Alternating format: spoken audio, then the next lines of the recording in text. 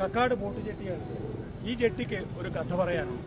വളവട്ടിൽ നിന്നും കാട്ടാമ്പള്ളിയിൽ നിന്നും സാധനങ്ങൾ ഈ ബോട്ട് ജെട്ടിയിൽ ഈ കാളവണ്ടിയിൽ നിന്നാണ് ഇവിടെ നിന്ന് കണ്ണൂരിലേക്ക് സാധനങ്ങൾ കൊണ്ടുപോയിരുന്നത്.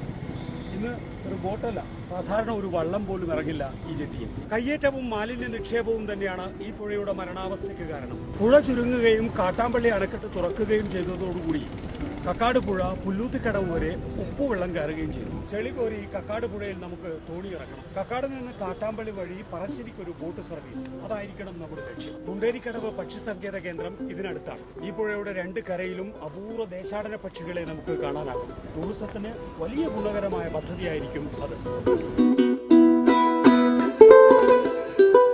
ചീനയും വള്ളവും ഇറങ്ങുന്ന കക്കാട് എന്നത് അമ്മമാർക്ക് കുട്ടികൾക്ക് പറഞ്ഞു കൊടുക്കാനുള്ള കഥയായി അവശേഷിക്കാൻ ഞാൻ അനുവദിക്കില്ല.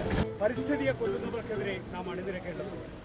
ചെളി നിറഞ്ഞ പുഴയെ വൃത്തിയാക്കി പുതിയ സാധ്യതകൾ തേടാനാകണം ഇനി നമ്മുടെ ശ്രമം. മണൽ കൊള്ളക്കാർക്കും കയ്യേറ്റക്കാർക്കും കുടപിടിക്കാനുള്ളവരാകരുത് MLA. മണ്ണിനും പുഴയ്ക്കും മനുഷ്യനും വേണ്ടി നിലകൊള്ളേണ്ടവരാകണം ജനപ്രതിനിധികളുടെ.